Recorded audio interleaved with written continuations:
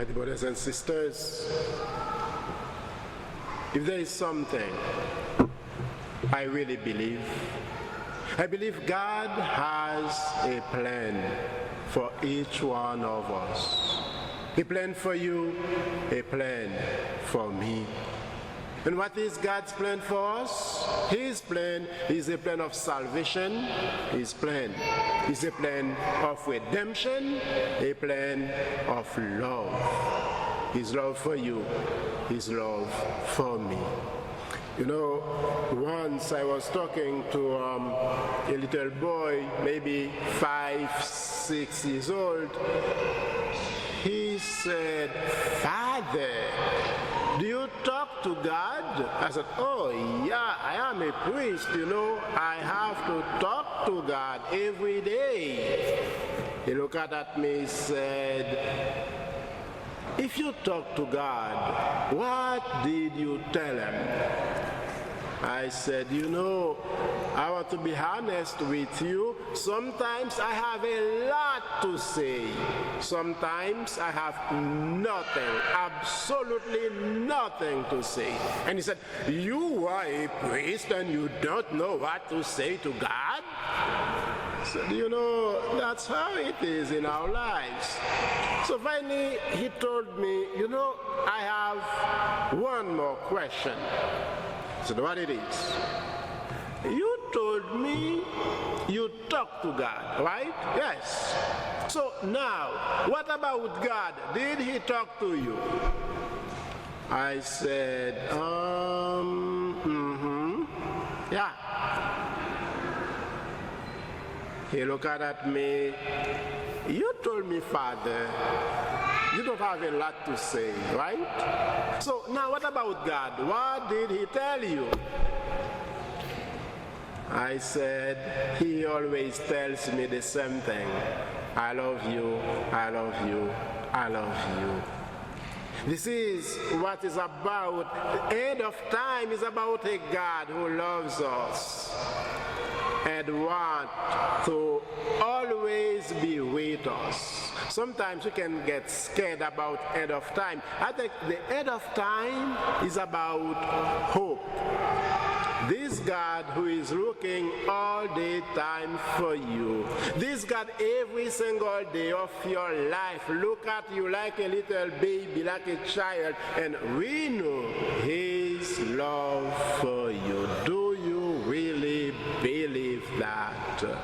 You know, some years ago, 2005, when I met for the first time Father Rick at St. Mildred, I didn't know God had a plan for me and for my diocese. Father Rick once asked me, "It seems to me you are always at St. Mildred. You don't go out too much."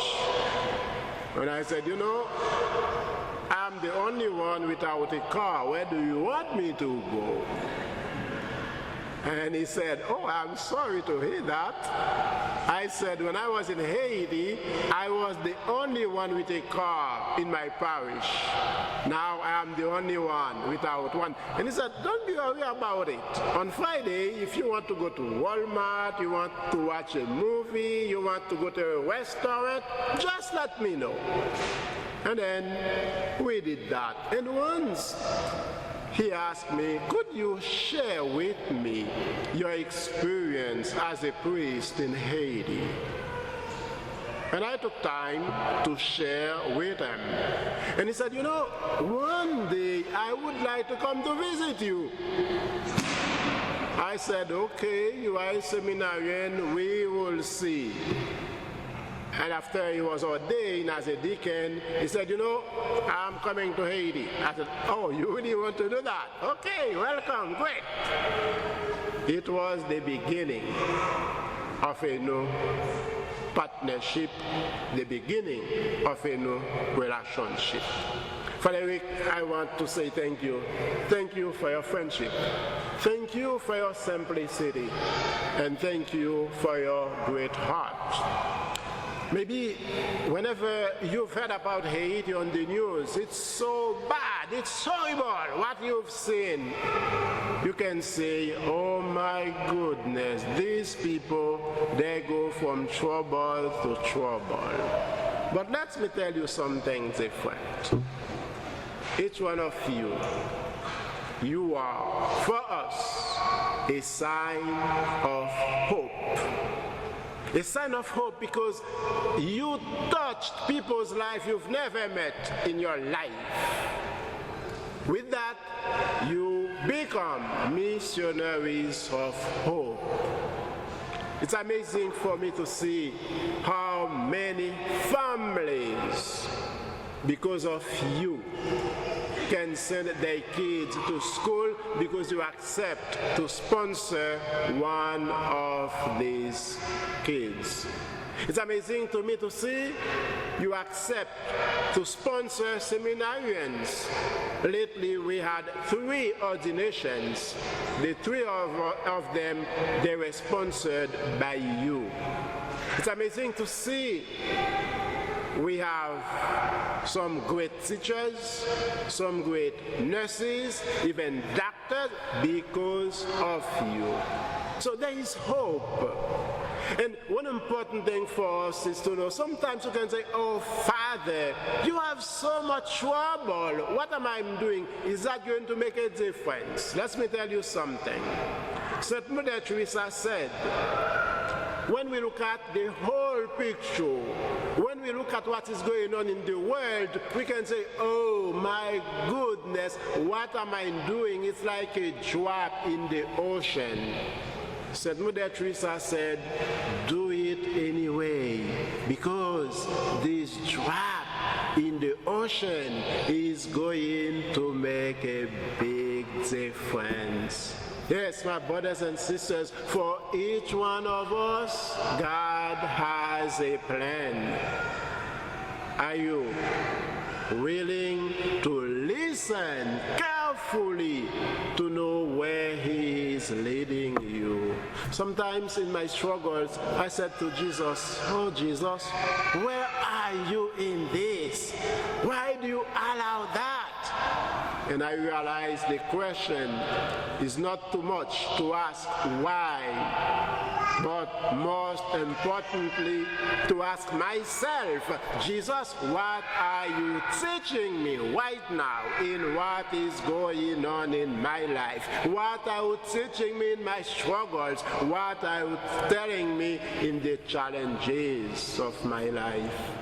Maybe some of you this morning, you are fighting.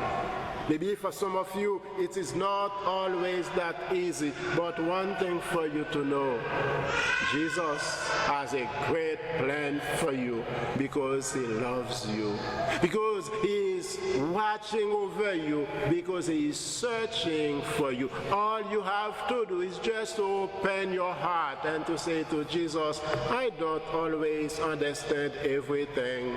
Sometimes I am overwhelmed by things, but I do know you have much more in store for me. Do you really believe Jesus has a great plan for you? Do you really believe you are a sign of hope for so many people you've never met? Yes, Jesus, thank you so much. Thank you for your love. Thank you for your great plan of salvation. Thank you for your presence in our daily life. We ask you to help us every day to be faithful to you. Yes, Jesus, come upon each one of us in this Eucharist. Give us your peace. Give us your blessing. Help us to listen to your voice.